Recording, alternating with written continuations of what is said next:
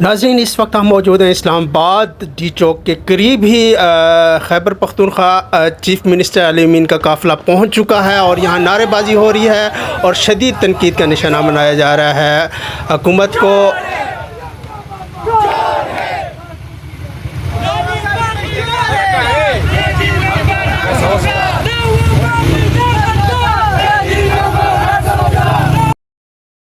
अस्सलाम वालेकुम नाज़रीन, मैं हूं अमार और इस वक्त मौजूद है इस्लामाबाद डी चौक में। आज 5 अक्टूबर है और शाम का वक्त है। अली अमीन गंडापुर जो है खैबर पख्तूनख्वा से अपनी बहुत बड़ी तादाद में काफ़िला लेकर यहां पहुंच चुके हैं। एक तरफ तो सूबा खैबर पख्तूनख्वा है और दूसरी तरफ वफाक की ताकत है, क्योंकि हुकूमत के मातहत इदारे होते हैं। हुकूमत जो है वफाक की वो पूरी कोशिश करती है अपना दिफा करे और अमन अमान कायम करे।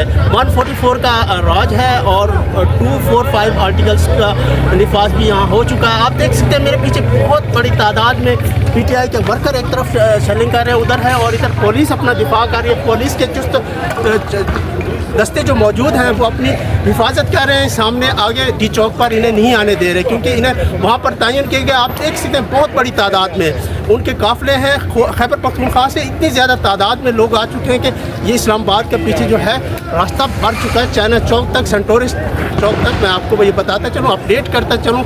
और ये लेटेस्ट न्यूज़ है कि आप देखें पीछे आपको ये मनाजिर नज़र आ रहे हैं। पुलिस अपनी जो है एक ज़बरदस्त ड्यूटी यहाँ दे रही है, क्योंकि हुकूमत के मातहत है, जैसे इन्हें ऑर्डर मिलता है वैसे ही करते हैं।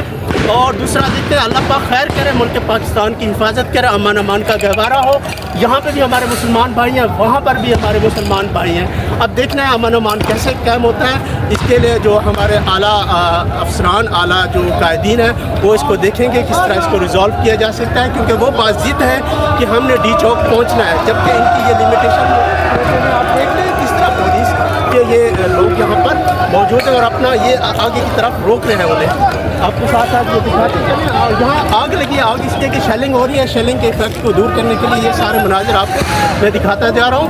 आप देखें किस तरह ये लगी हुई है, सारा शेलिंग है। और उस तरफ भी वो उन्होंने अपने हिफाजती तौर पर अपने काम को मजबूत मुस्तहकम किया हुआ है।